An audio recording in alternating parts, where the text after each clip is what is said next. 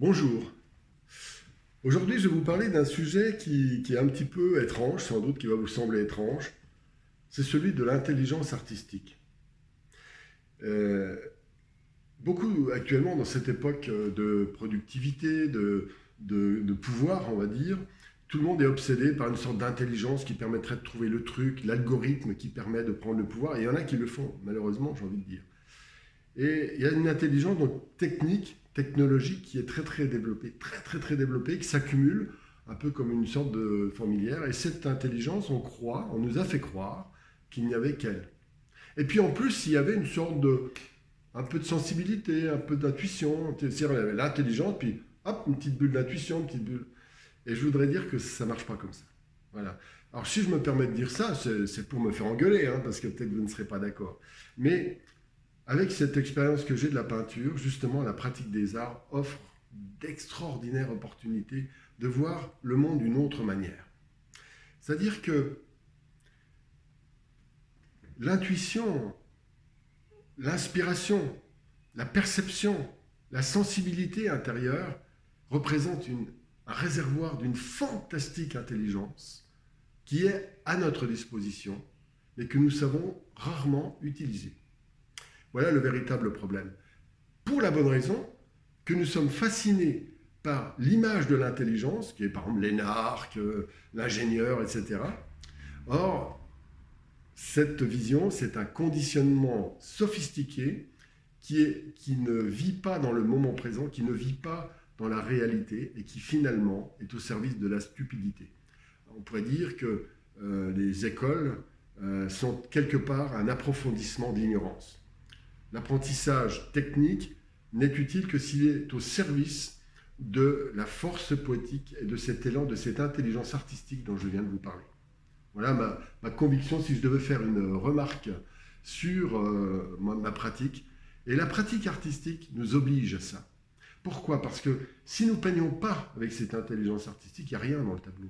Si vous faites un tableau juste pour reproduire une pomme, un objet, mais comme ça, juste dire, ah, tiens, je fais une pomme, euh, il y a, comment dire, un monde à 2 dimensions, mais le vrai monde, il a 3 dimensions. C'est-à-dire que vous pouvez prendre une pomme, j'ai rien contre les pommes, mais cette pomme, si vous l'aimez, si vous l'avez regardée, si vous avez perçu sa luminosité, si vous l'avez fait vivre à l'intérieur de vous, si vous l'avez mis dans un contexte perçu avec gourmandise, les lumières qui vont dessus, les petites taches, et si vous racontez sa vie simplement en la regardant, quand vous allez la peindre, vous allez mettre en mouvement une quantité énorme de potentiel, des choses qui ne demandent qu'à se mettre en mouvement.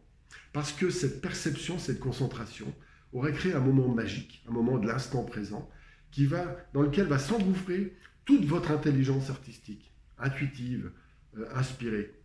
Et même si votre tableau est raté techniquement, s'il porte cette intelligence artistique, c'est-à-dire, je dirais, l'inspiration, enfin tout ce que je viens de dire déjà, eh bien, votre tableau aura une âme, parce qu'il révélera votre âme à vous, et ça va toucher l'âme des autres. Et c'est ça le véritable sens de l'art. Et l'intelligence artistique a une caractéristique, c'est qu'elle ne nous appartient pas. Personne ne peut se vanter d'être un génie d'intelligence artistique, parce que ça fait partie de notre corps, c'est partie de notre structure, un peu comme notre cœur qui bat. C'est une puissance phénoménale qui est disponible chez chacun d'entre nous. Et le moyen, il y a un double moyen pour la faire apparaître. Il y en a un, c'est la technique.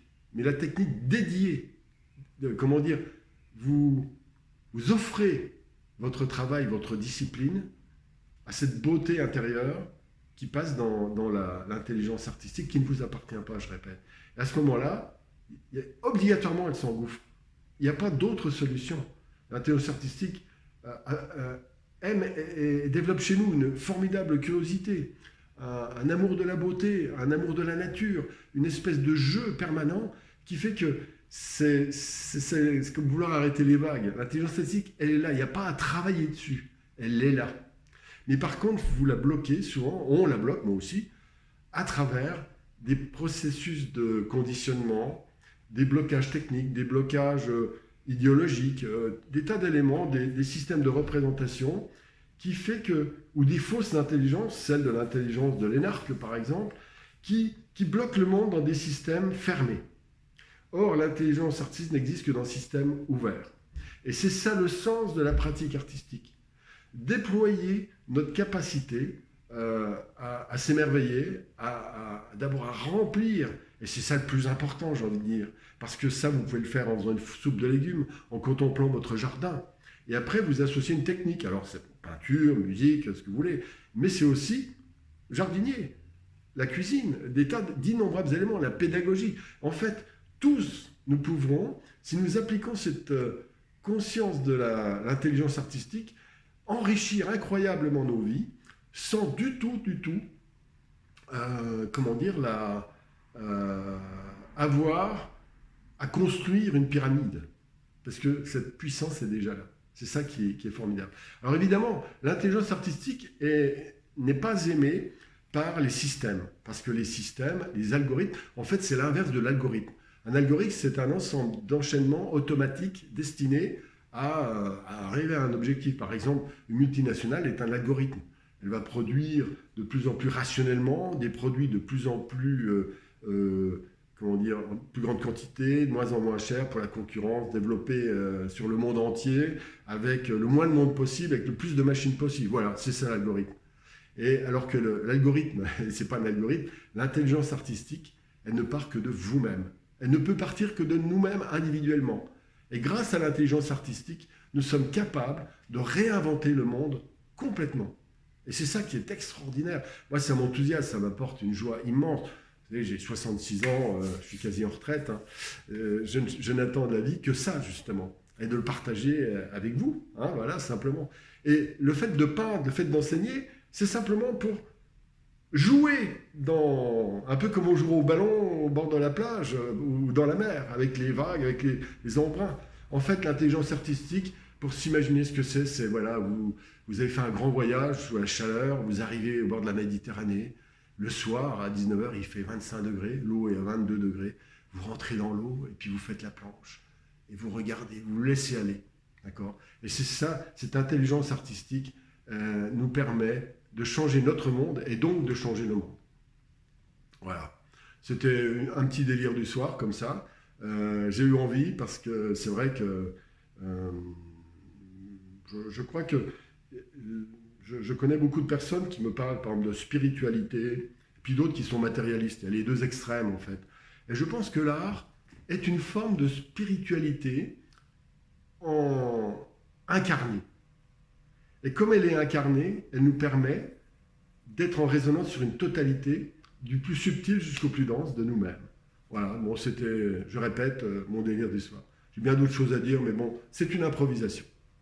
Voilà, alors j'attends vos points de vue sur ce sujet, parce que je pense qu'il y en a quelques-uns parmi vous qui doivent être très intéressés. Et n'hésitez pas à vous abonner à cette chaîne, à communiquer, à revenir sur la newsletter où je communique de manière un peu plus directe dans un groupe Facebook, par exemple, pour les gens vraiment concernés, pour ne pas quand même vous embêter tout le temps avec des sujets comme ça, vous qui dans un grand public qui n'êtes pas forcément concerné. Voilà, à bientôt.